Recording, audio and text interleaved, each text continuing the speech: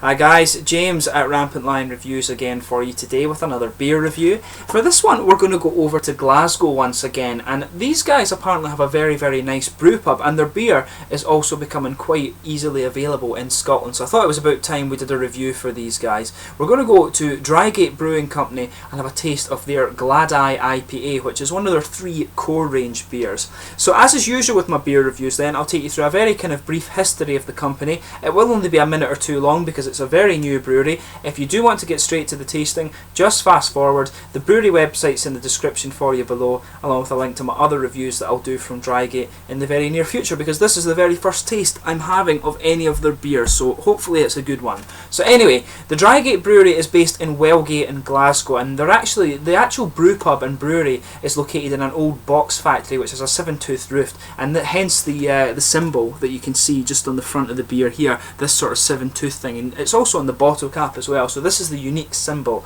of the Drygate Brewing Company. But on site they have a bar and beer hall, a restaurant and event space, a sun terrace, and also a bottle shop as well, and apparently they have a sign in there that says great beers and great beards, and apparently that is quite true. A lot of the people that go there do tend to sport pretty awesome facial hair.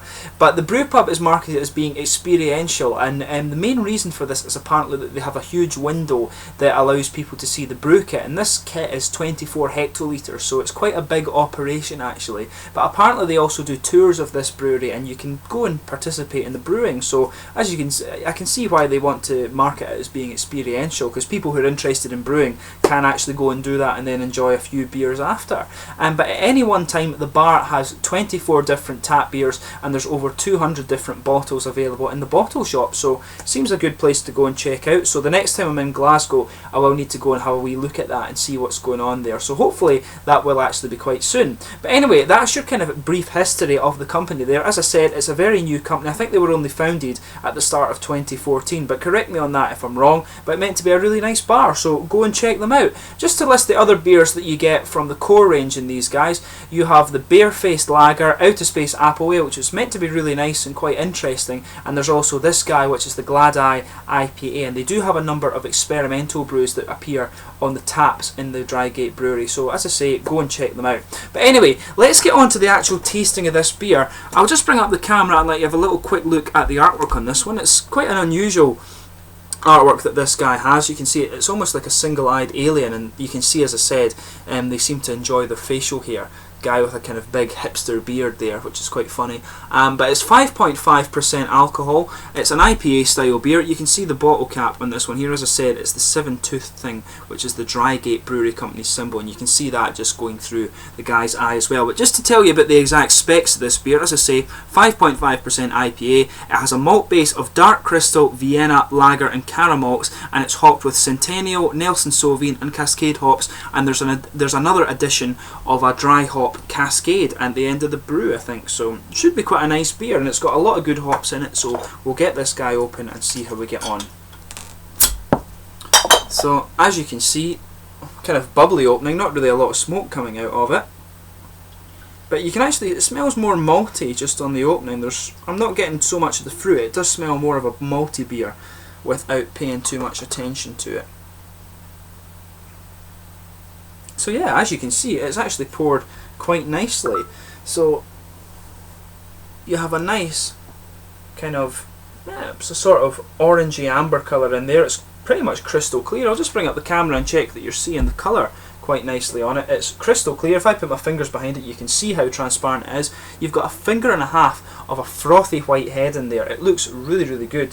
There's just a little bit of carbonation visible, a lot of small bubbles heading up towards the bottom of the head there, but some bigger ones kind of sticking towards the side of the glass there, which actually looks really quite good. It looks a very clean beer. So let's have a little look at the aroma on this guy. So as I said, it does actually smell a little bit more malty. It's not too hop forward, more of a malt forward IPA actually. But there is a kind of underlying fruit, if that makes sense. It's very well blended in the flavour.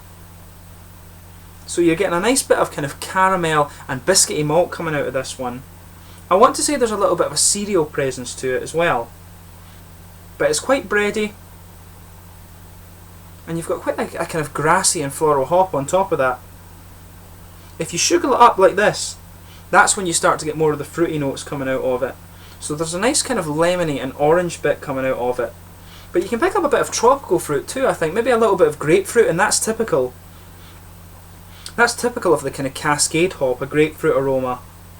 I can pick up, there's maybe a little bit of pineapple, but one of the things with the Nelson Sauvin as well is that you can get gooseberries. And there is a kind of unusual sort of fruitiness to this. So maybe that is the Nelson Sauvin coming out with a kind of gooseberry notes. But yeah, if you sugar it up a little bit more, you're getting the grassy and slightly floral hops and some of that nice lemony citrus. There's a bit of orange in there too maybe. But a nice kind of citrusy beer. And that tropical fruit's coming out too. So as I always say, just pay a little bit of attention to the nose of your beer. But this guy, I think, when it's left alone, it's more of a malt forward beer. Some nice caramel and biscuit, a bit of breadiness. But if you sugar it up a bit more, you're getting the hops out of it. Grassy and aromatic floral hops. And then there's some nice fruit, some orange and lemons, and a little bit of tropical fruit, some grapefruit, and some maybe a little bit of pineapple as well.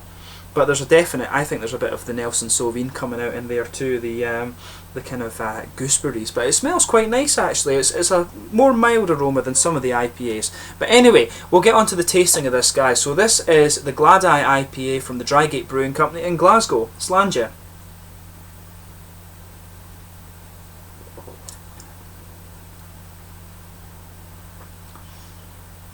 It's quite interesting.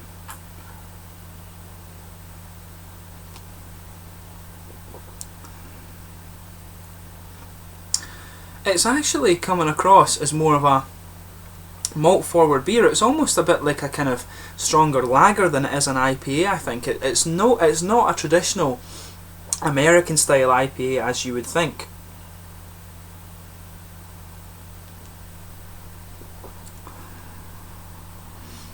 But there's the hops coming out on the other side of this. It's actually, there's a good bit of kind of floral and aromatic hops. It's not that fruity, I don't think.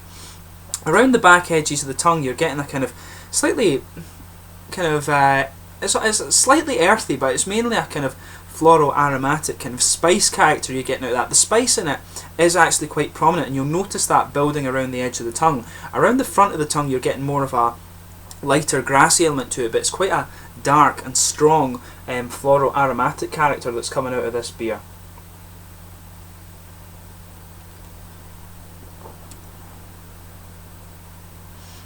The malt base on it is very mild as well. It just kind of blankets the tongue. You've got it's mainly a kind of pale lager malt that's coming out of this one. There's not much in the way of a kind of caramel or biscuity sweetness as you would expect, particularly the Vienna malts. The Vienna malts tend to give you a bit of a biscuity feel, and the caramel malt you should be if it's got caramel malt in it, it should be a little bit more prominent than that, I would think.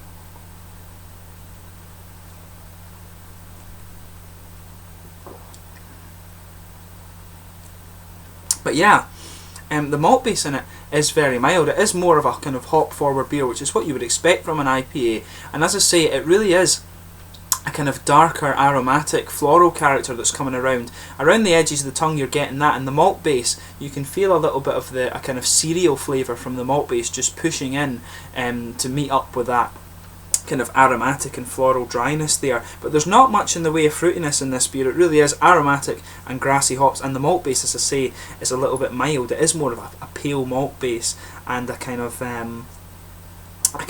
you know, there's not much caramel sweetness and biscuit to it, which is what I would expect from the malt bill that's in there. So in terms of the mouthfeel, it's actually quite light-bodied, maybe pushing the mid-bodied a little bit. The kind of flavour that you're getting from the aromatic hops in this makes it feel a little bit heavier than it is.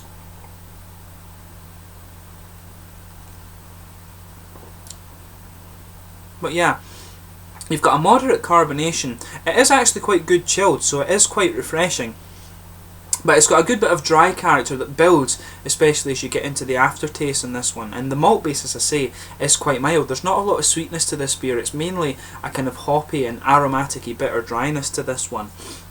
So overall, what I'd say is that this beer is actually a bit more like a kind of hopped lager, if that makes sense. It doesn't have the caramel sweetness or the fruitiness really to be an IPA, in my opinion.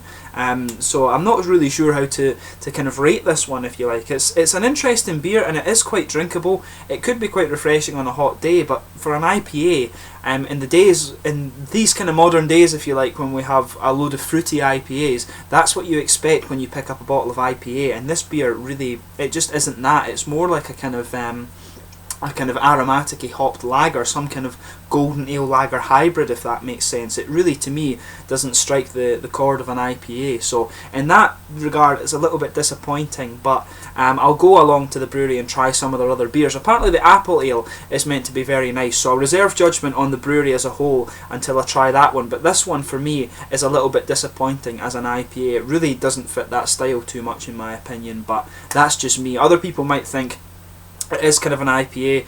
If you're talking about an IPA, then perhaps it's more of an English pale ale rather than an American pale ale. I can see how it might perhaps fit into that regard, but to me, when you can get all the other IPAs, for example, like the Brewdog Punk IPA or something, when you pick up an IPA, it is that kind of beer you expect, and this one just isn't that. But overall, you know, it's a fairly nice lagerish beer, so if you want a beer for a sunny day, then go and give it a try. But anyway, I hope you've enjoyed this beer review. Please let me know in the comment section below your own thoughts on this beer. It's been quite interesting to visit another new Scottish brewery, and I'll go along and try some of their other beers. They've got a lager beer and an apple ale in their core range, so I'll see if I can get the apple ale and review that for you fairly soon.